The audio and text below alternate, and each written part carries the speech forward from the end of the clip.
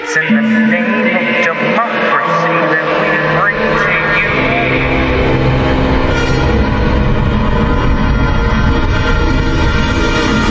the High Horsemen of the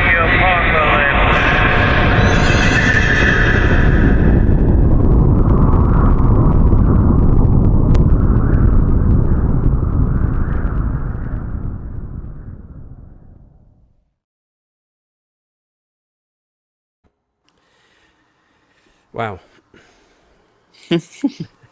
Never gets old. Never fails to really get me. Um, Yeah. when a couple of years ago, when we created that introduction, it seemed like the apocalypse was somewhat in doubt. I don't know if you recall, like that was the Oh first yeah, yeah. It was episode, kind which of up in was the air as at the to time. is this really the apocalypse? Mm. And it seems like the apocalypse is a bit more assured at this point. Mm-hmm. You know, Right. and one of the kind of defining characteristics of the apocalypse is like the splitting of everyone into like two camps. Like it's not like the apocalypse is just a bunch of people fighting each other. It's like it's a split into two big, in the like Armageddon is a battle between God and the devil. Yeah. It's kind of the splitting of the world into black and white, Right. which is I was reminded of this a few weeks ago and it prompted me to want to talk to you when Joe Biden told who was that? Who did he tell that he wasn't black? Charlemagne. Oh, yep. Okay. Charlemagne the God. Yeah, and he said that if you can't tell the difference between me and Donald Trump, then you ain't black. Yeah. Something like that. Yeah, and I, given all our discussions about whether you were black or not, it got me thinking about the meaning of black and white. Since Joe Biden, I think it wasn't just that he was demented in that moment. I don't think there's lots of things that Joe Biden says. You're like, well, he was just demented. Like that time when he was trying to recite the Declaration of Independence or something, and he said, the thing." You know the thing. I don't know the Right. thing, but you know the thing I'm trying to think of. So there's lots of things that Joe Biden says that it's like, well, he's going senile or that's like a gaffe, but I don't think him saying that you ain't black was either of those things. I think that what he was saying was that blackness wasn't primarily a racial category. As whiteness is also not primarily a racial category. And events since then, with you've come. At least I've come to learn that whiteness isn't just about being, racially white. That whiteness is actually like a way of being. And so when Joe Biden said that to Charlemagne, he was like saying blackness was also a way of being. That blackness wasn't just being born black as a racial category. Blackness was like a way of being, and if you didn't see things this way, then you weren't actually black anymore.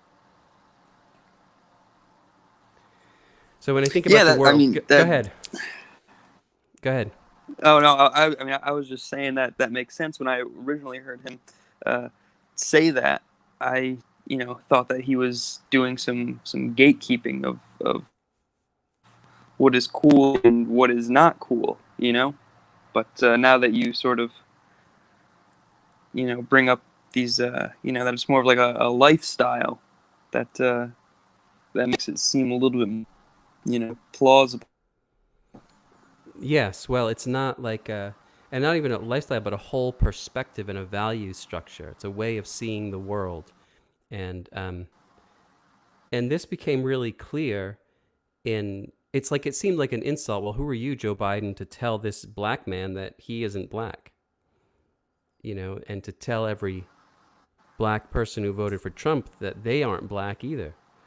But with the sort of the advent of Black Lives Matter and the whole notion about like suddenly all these white people are talking about opposing white supremacy.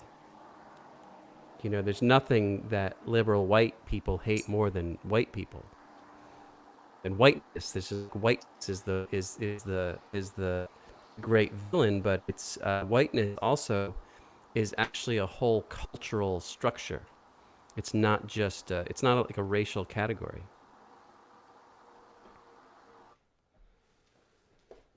And this has become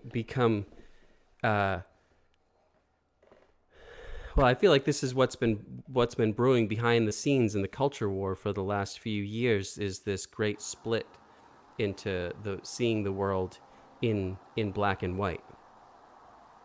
That it's and that's characteristic of the apocalypse.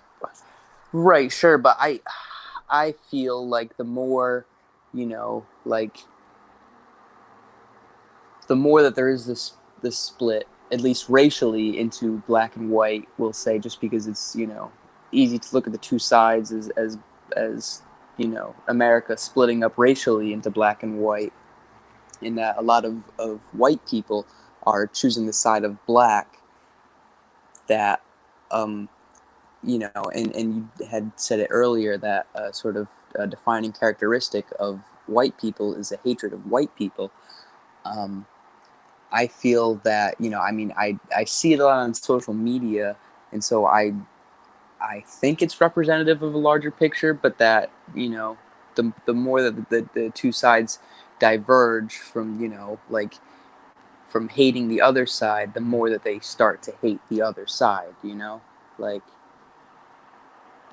I mean, I don't want to say that that the pro-black movement is anti-white the same way that pro-white movements are anti-black, but it sure seems like that on when people express themselves on social media.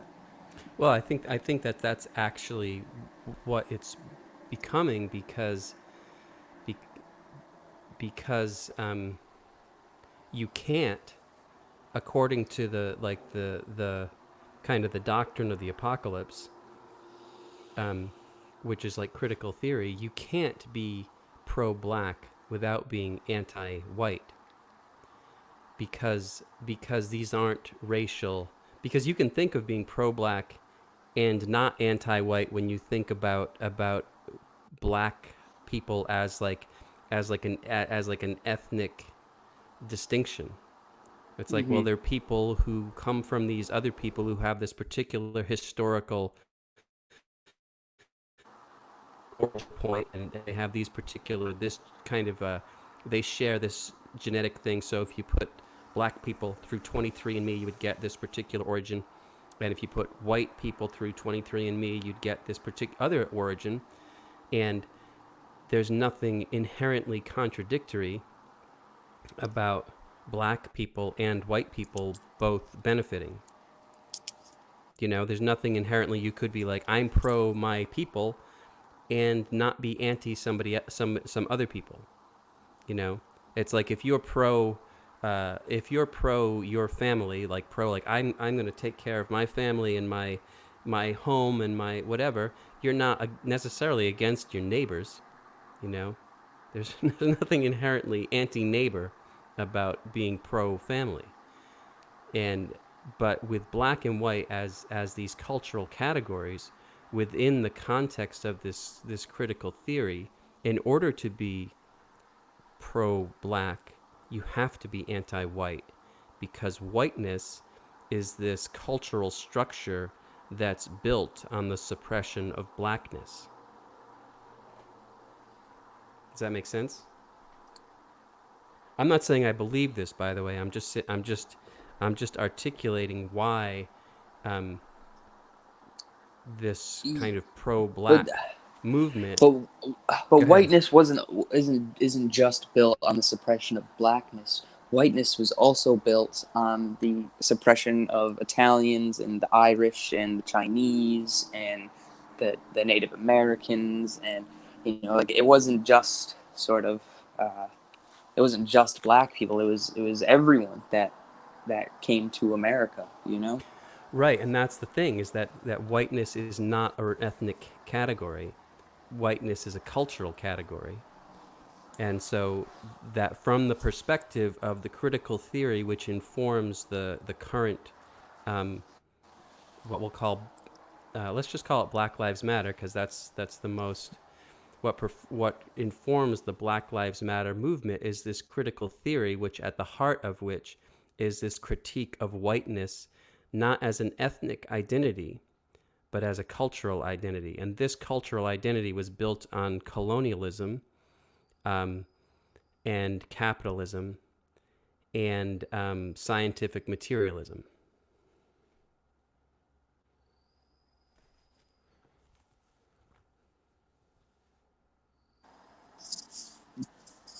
Right. I mean, and it does sound bad when you say it, but it's like,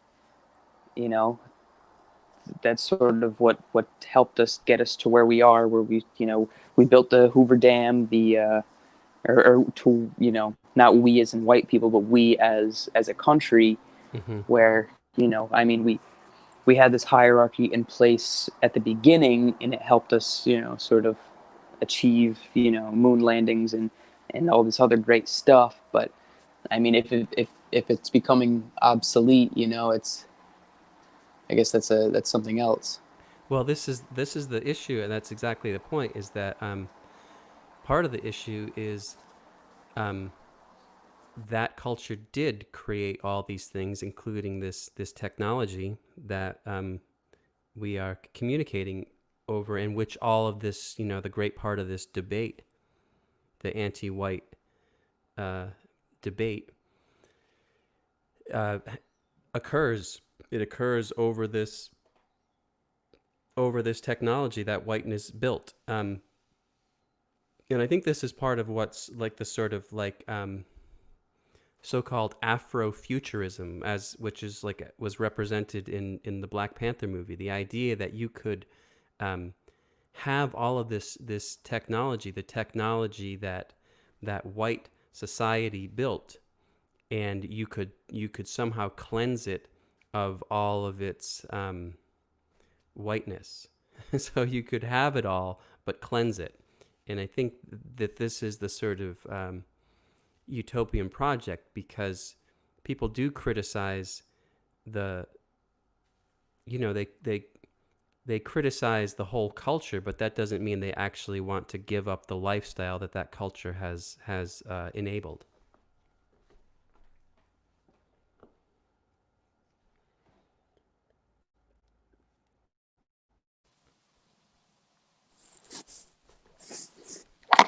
Unfortunately, Tim, I have I just realized that my battery is draining so rapidly. Oh my I gosh. just went from like 50% to like 2% in the time that we were recording.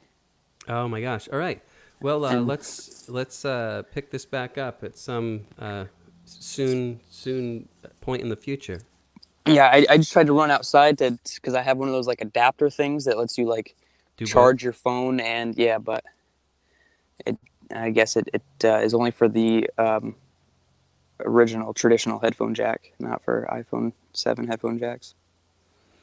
All right. Well, why don't you charge, and if you still have time before work, we'll pick it up, and if not, we can pick it up tomorrow or at some Okay. future convenient time. Yeah, sure. Just yeah. We can use the time before recording. We can do a quick refresher. And Yeah. yeah. Okay. Cool. Well, it's good to talk to you, and this is the sort of format of it. Yeah. It's good to sort of get familiarized with it. I'll have to just remember to charge my phone like super, a lot beforehand. or use your Chromebook. My laptop. Yeah. Okay, I'll probably do that next time. Okay. All right. Talk All to right, you soon, Tim. Jake. Yeah. See ya. Bye-bye. Bye.